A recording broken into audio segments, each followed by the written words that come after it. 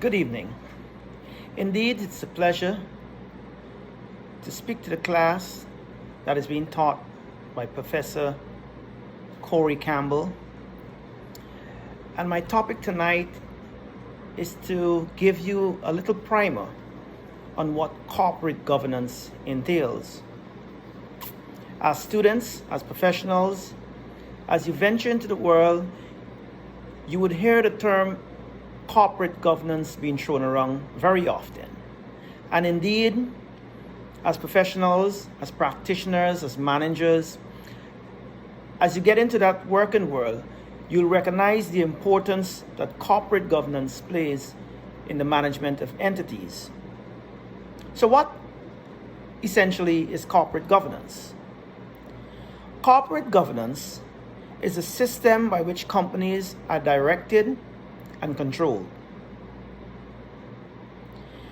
In the corporate governance structure, at the apex of the corporate governance structure, there are principally two sets of stakeholders who have premier power in the management, direction, and control of a business. The shareholders, who are the owners, appoint a board of directors, and then that board of directors is then tasked with providing guidance to management, so that at the end of the day, all the objectives of the company, the corporation, would be aligned with that of the ultimate holders, the shareholders.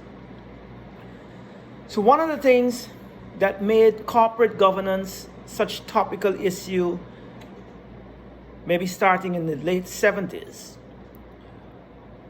was something called agency problem. An agency problem, at its roots, it's where the managers of a company do not act in the best interests of the owners. And they're not acting in the best interests of the owners. Here are some of the outcomes.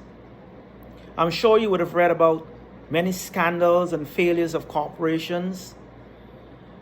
I'm sure you would have heard about Enron, WorldCom, those famous scandals and failures of corporations that left shareholders looking for their investments.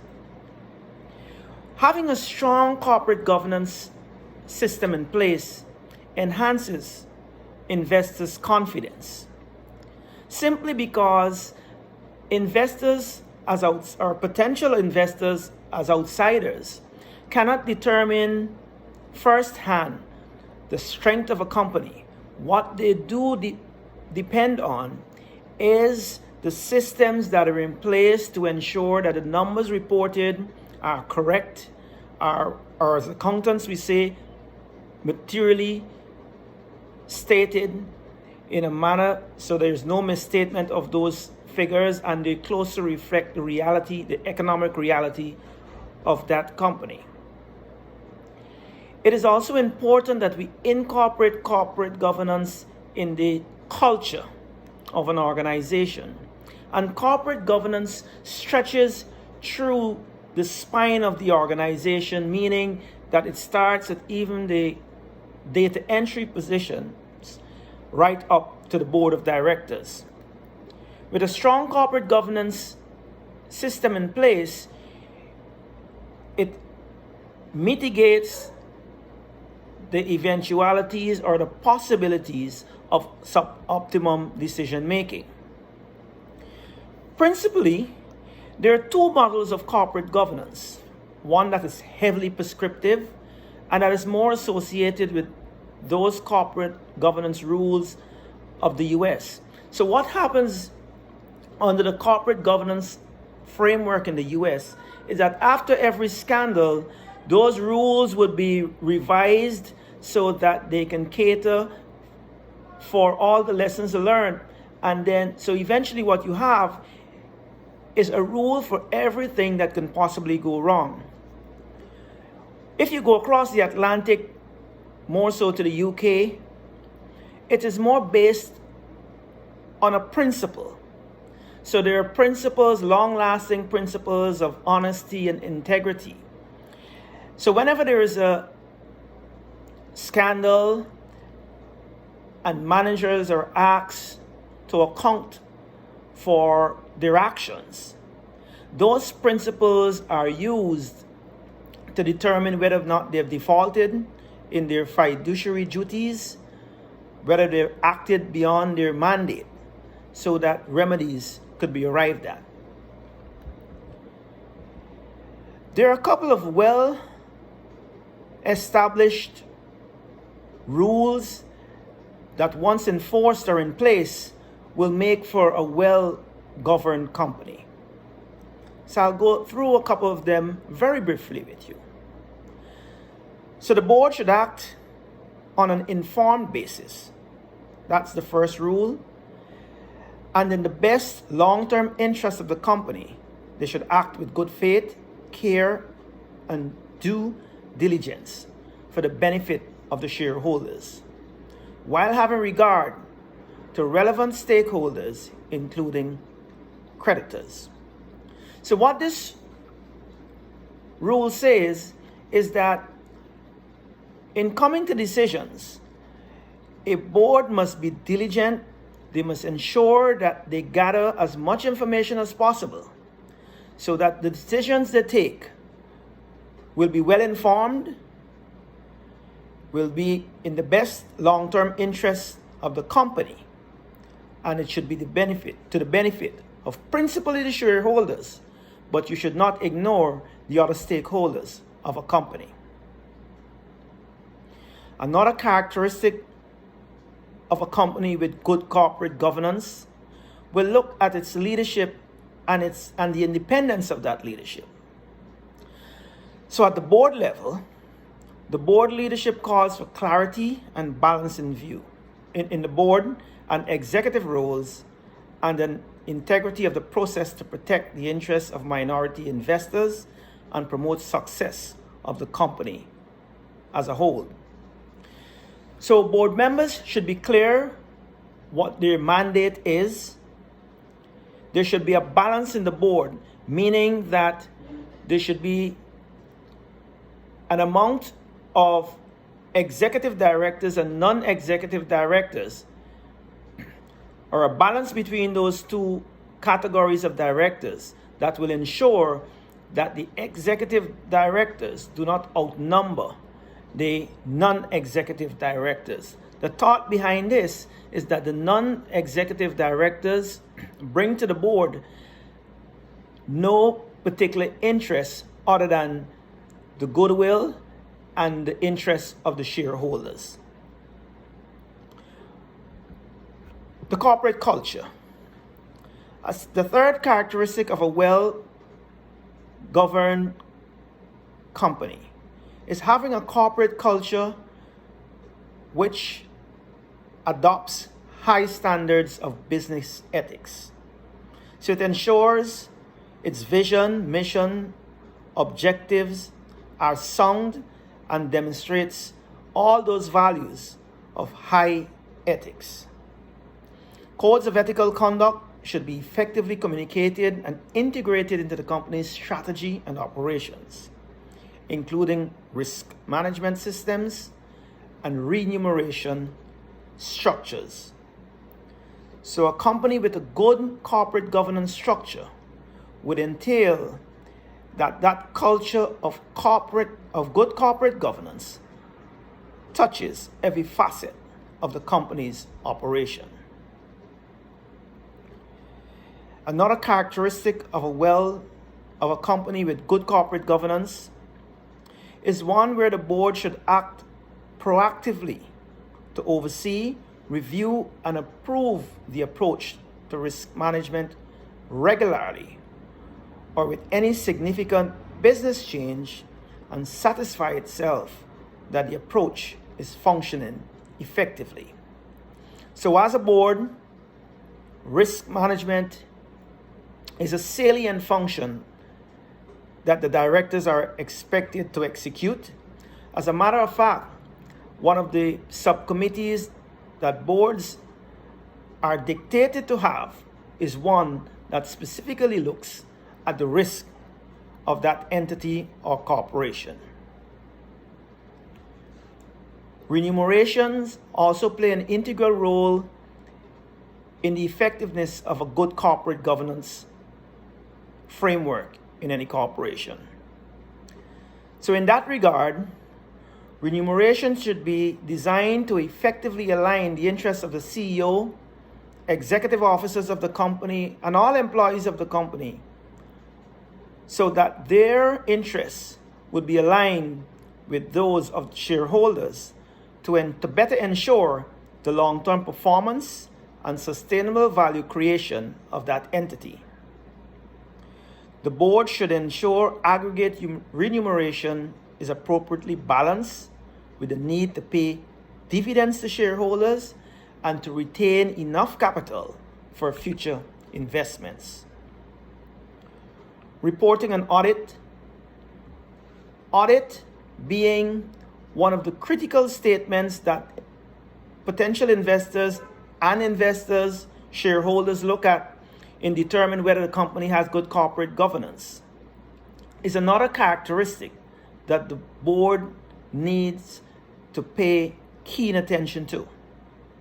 So boards should oversee timely and high quality company disclosures for investors and other stakeholders relating to financial statements, strategic and operational performances, corporate governance, material, environmental, and social factors, and they should have in place a robust audit practice, which is critical for the necessary high standards of financial reporting.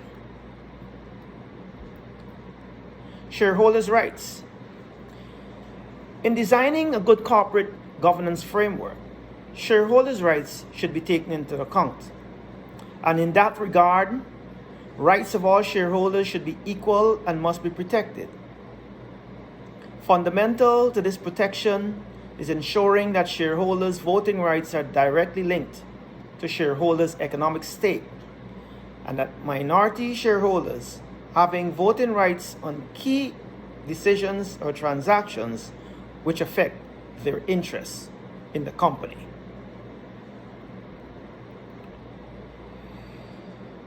Having served in various industry on several boards ranging from pharmaceutical companies to forestry to insurance companies, I can tell you that my experience has been wide and varying.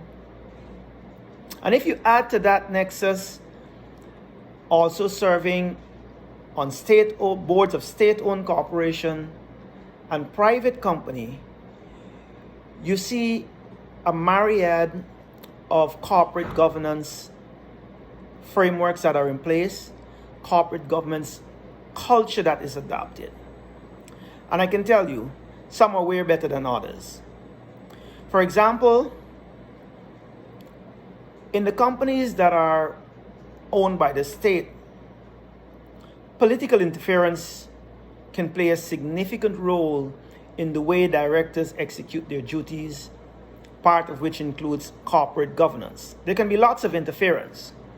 So oftentimes the decisions taken or the decision influenced by those external political actors are not in the best interest of the company.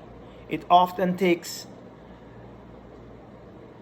a role, or it often undertakes decisions that best suits the interests of the politicians, who in this case is a major stakeholder in state-owned corporations.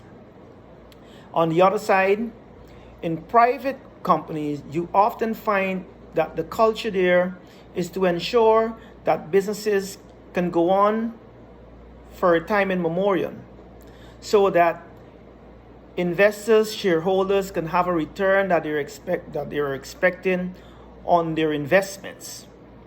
Needless to say, that there are also other differences, such as remuneration.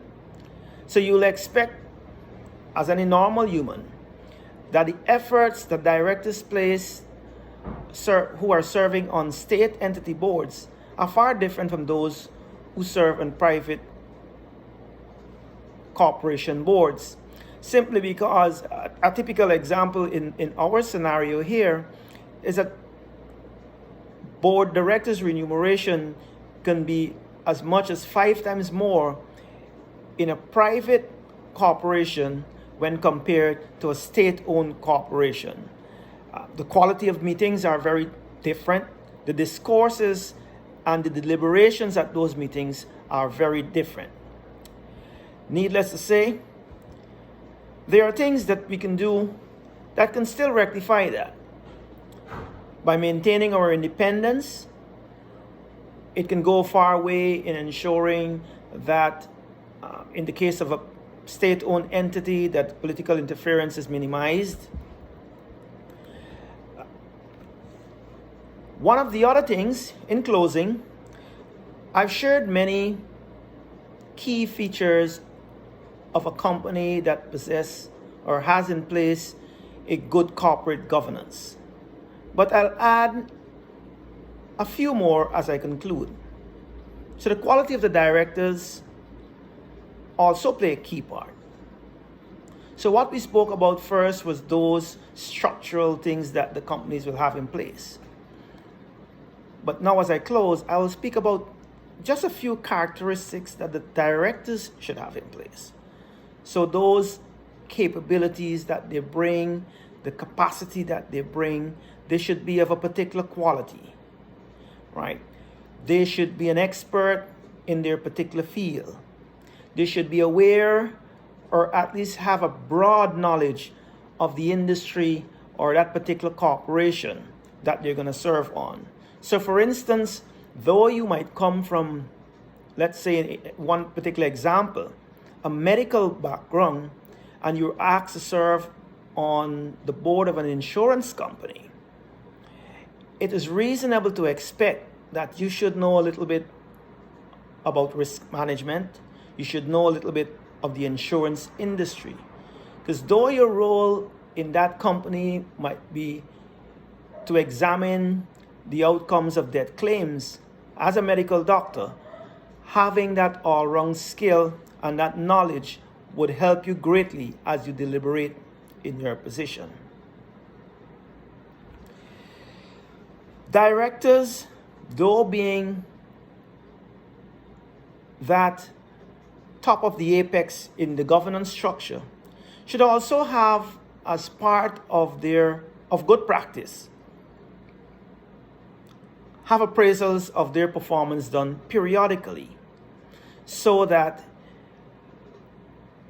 what happens in this particular scenarios is that you can have other board members appraising the performance of a particular board member, or they do it in a rotational manner, so that if any board member is slacking, they will be told and they will be able to adjust and come to the level that is expected. There's also a need for executive sessions. And when I say executive sessions, I mean that board members should have sessions that excludes the management of the company. So what will happen in those sessions is that matters could be ventilated unfettered in a manner that can be frank and open, which is hardly likely when you have board meetings that has a mix of both management personnel and directors. And finally, in closing, one of the things that boards should really keep in mind is that they should be frugal on executive pay, decisive when planning a CEO succession, diligent in oversight responsibilities, and quick to act when trouble strikes. Professor Campbell, it has been a pleasure to speak to your class, and I hope the knowledge that I've shared tonight will go a far way in them understanding, in your students' understanding, what corporate governance entails, what are some of the good practices that should be in place for an effective corporate governance system, and some of the characteristics the board members should bring to the fray as they direct and oversee the operations of companies. Thank you.